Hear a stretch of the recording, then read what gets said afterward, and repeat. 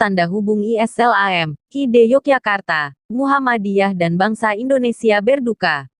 Telah wafat Buya Prof. Dr. H. Ahmad Syafi'i Marif pada hari Jumat tanggal 27 Mei tahun 2022 pukul 10.15 waktu Indonesia Barat di RSPKU Muhammadiyah Gamping, Sleman, di Yogyakarta.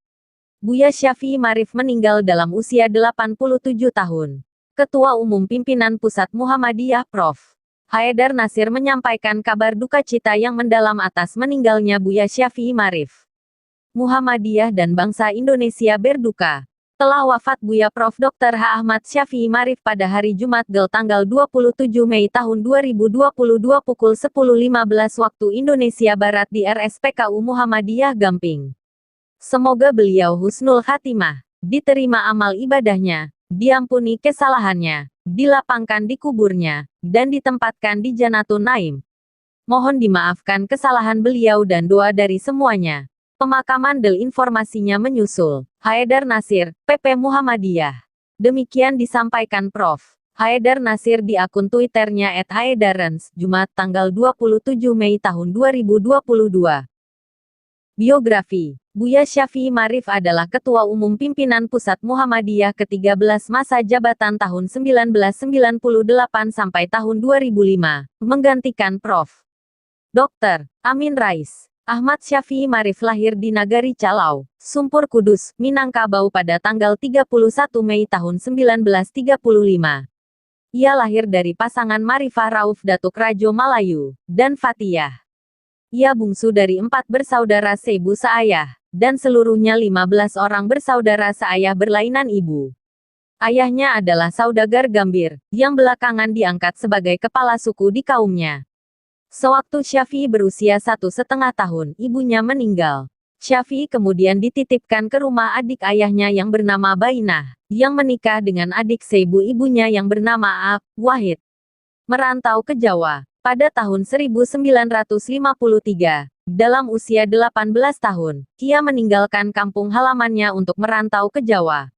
Bersama 2 adik sepupunya, yakni Azra, I dan Suwat, ia diajak belajar ke Yogyakarta oleh M. Sanusi Latif. Namun, sesampai di Yogyakarta, niatnya semula untuk meneruskan sekolahnya ke Madrasah Mualimin di kota itu tidak terwujud, karena pihak sekolah menolak menerimanya di kelas 4 dengan alasan kelas sudah penuh. Tidak lama setelah itu, ia justru diangkat menjadi guru bahasa Inggris dan bahasa Indonesia di sekolah tersebut tetapi tidak lama. Pada saat bersamaan, ia bersama Azra, mengikuti sekolah montir sampai akhirnya lulus setelah beberapa bulan belajar.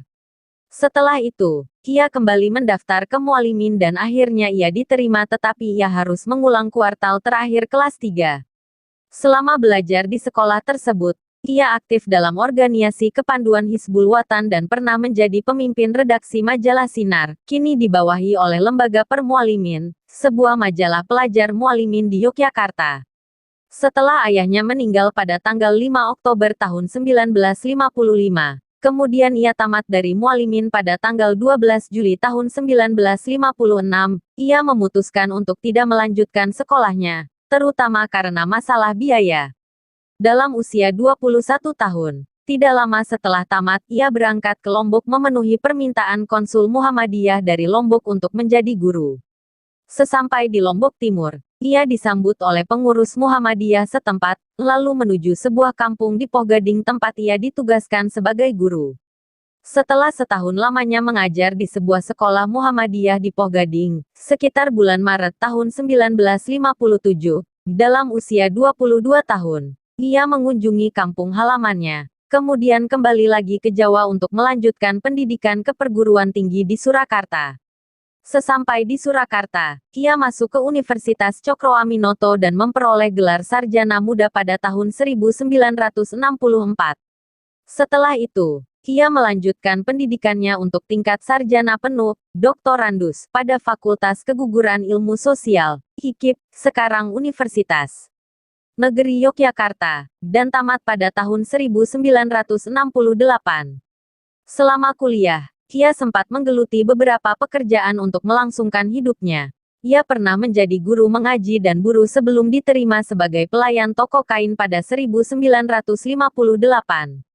Setelah kurang lebih setahun bekerja sebagai pelayan toko, ia membuka dagang kecil-kecilan bersama temannya, kemudian sempat menjadi guru honorer di Batu Retno dan Solo. Selain itu, ia juga sempat menjadi redaktur Suara Muhammadiyah dan anggota Persatuan Wartawan Indonesia. Kuliah di AS. Selanjutnya bekas aktivis Himpunan Mahasiswa Islam ini terus meneruskan menekuni ilmu sejarah dengan mengikuti program master di Departemen Sejarah Universitas Ohio, AS. Sementara gelar doktornya diperoleh dari program studi bahasa dan peradaban Timur Dekat, Universitas Chicago, AS, dengan disertasi, Islam as the Basis of State, a Study of the Islamic Political Ideas as Reflected in the Constituent Assembly Debates in Indonesia. Selama di Chicago inilah, anak bungsu dari 4 bersaudara ini terlibat secara intensif melakukan pengkajian terhadap Al-Quran, dengan bimbingan dari seorang tokoh pembaharu pemikiran Islam, Fazlur Rahman. Di sana pula, ia kerap terlibat diskusi intensif dengan Nurcholish Madjid dan Amin Rais yang sedang mengikuti pendidikan doktornya.